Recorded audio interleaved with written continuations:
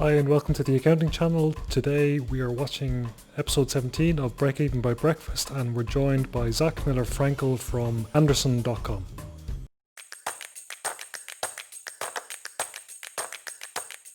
Andrson is a music discovery tool that allows sound-based search for artists that you're looking for, and we compare them to existing hits. So if you are looking for Beyonce within 100 miles of you, we deliver a list of artists that sound like Beyonce based on a percent-based likeness that you can then engage with directly. About 3.5 years ago, I'd moved from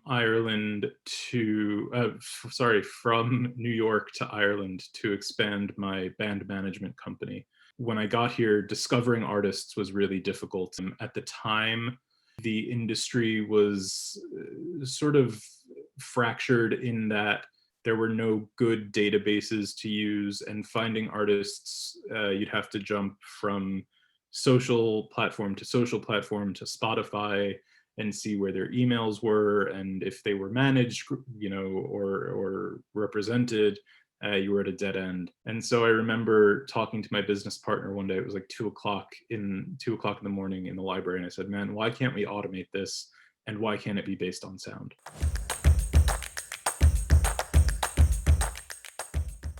We launched the MVP actually almost a year ago to date. We launched last year in October at Ireland Music Week.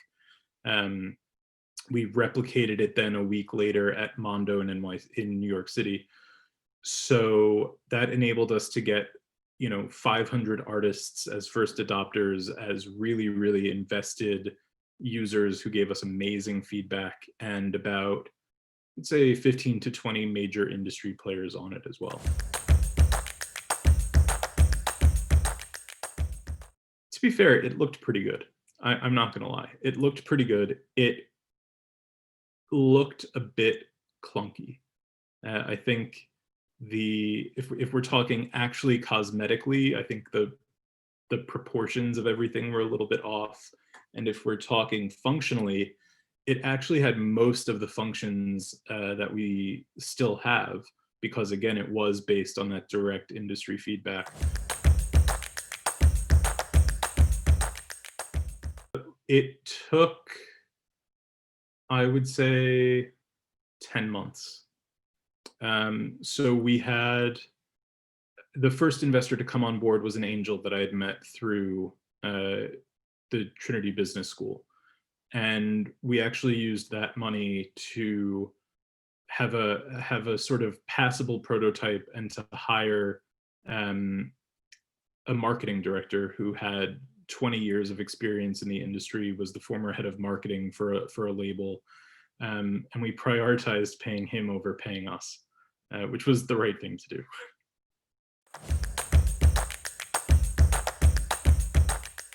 I have been a band manager for 9 years now.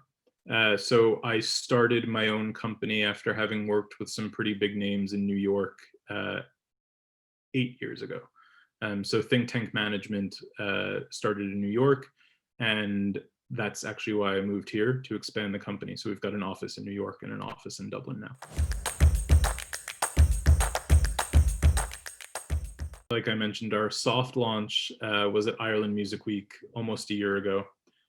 We had a demonstration, a nice industry chat, and then invited everybody to drink heavily with us. We got doused in champagne. Launched in June. So after Ireland Music Week, we took those months to redevelop. Obviously, we thought it was perfect, being first-time tech founders, and then shockingly, it wasn't. So we took that time to redevelop, do more interviews, build out functionalities.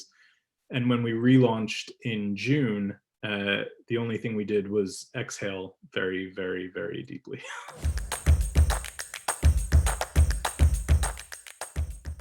It has been pretty successful. We are acquiring about 2,500 artists every month.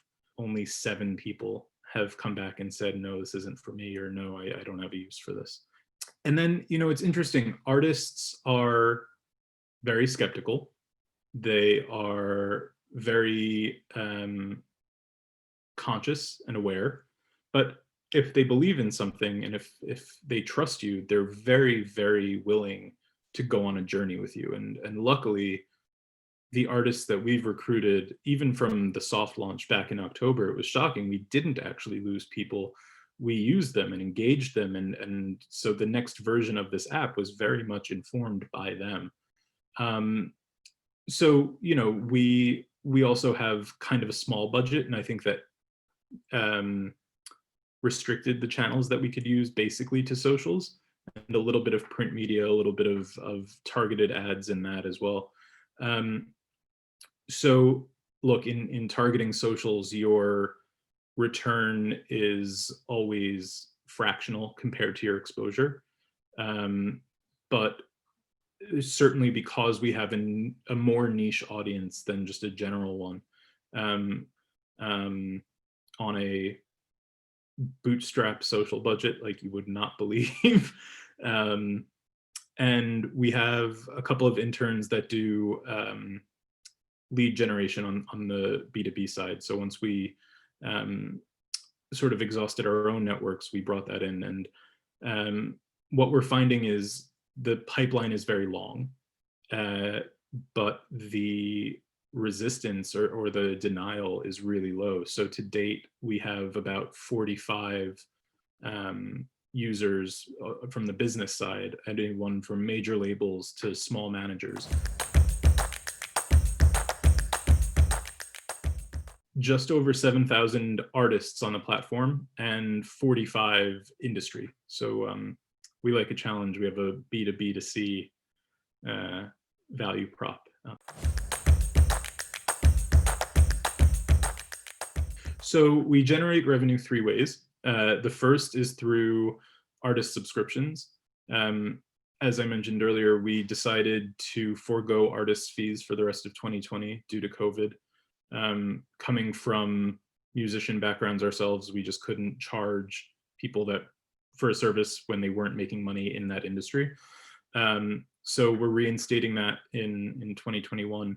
So the primary revenue stream has come from industry contracts. And when we say industry, that's everybody from labels to sync agencies to touring agents to managers to an ad rep.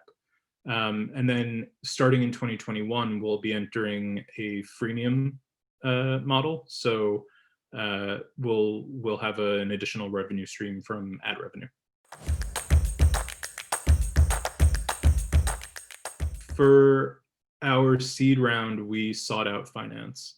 Our first investor was an angel that I knew or was a degree removed from because of the business school network.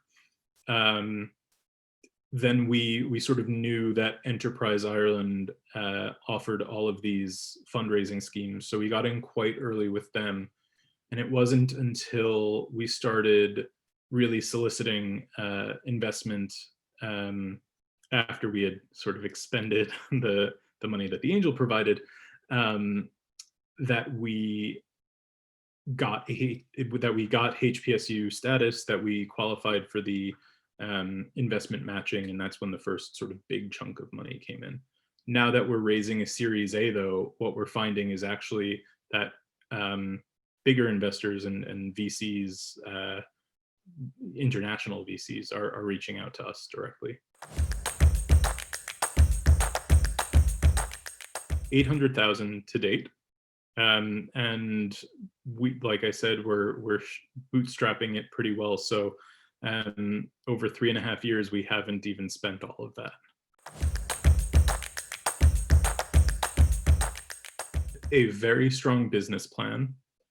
They wanted to understand the tech. And I think actually it was quite difficult for more traditional investors to understand the tech. To some extent, it was difficult for VCs to understand because at the time, music tech was still quite a nascent sort of category, and certainly in Ireland it was. So I will say one of the guys we met with at one of the sort of main VC companies in Ireland got it right away, and that was really, really encouraging. It is costing about €6,000 a month.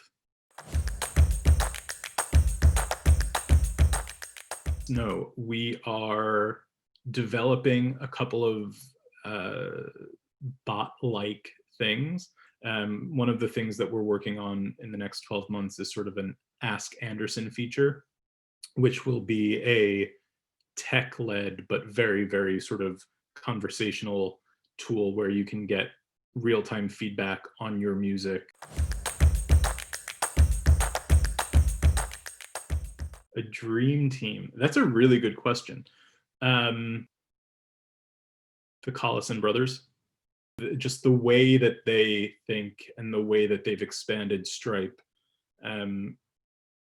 into a payment ecosystem is just, it's absolutely brilliant. To be completely honest with you, as a CMO, I would keep our marketing director. I think she's brilliant. She's so passionate, sort of knows her shit.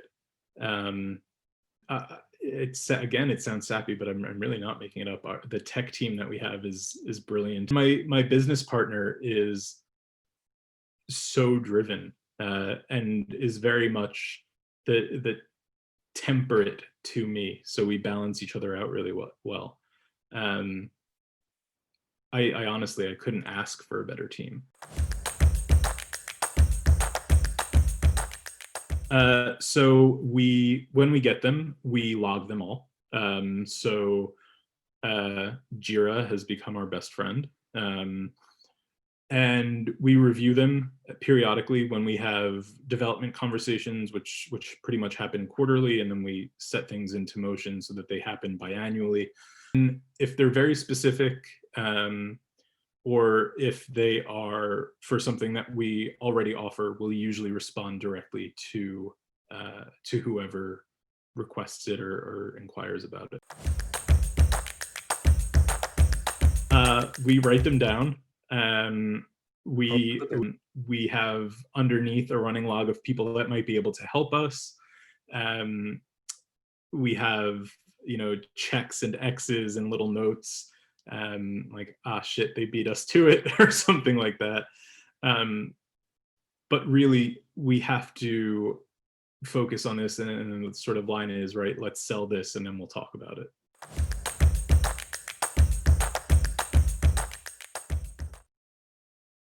My favorite KPIs for measuring financial success are revenue per user, really like that, cost per acquisition, and then I suppose the common one is net profit.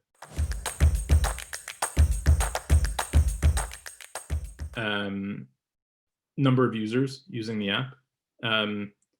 Truly the feedback that we get. I mean, we got a message from somebody who said, "Thank you so much. I have a couple of collaborations in progress, and it never would have happened if it wasn't for Andrson."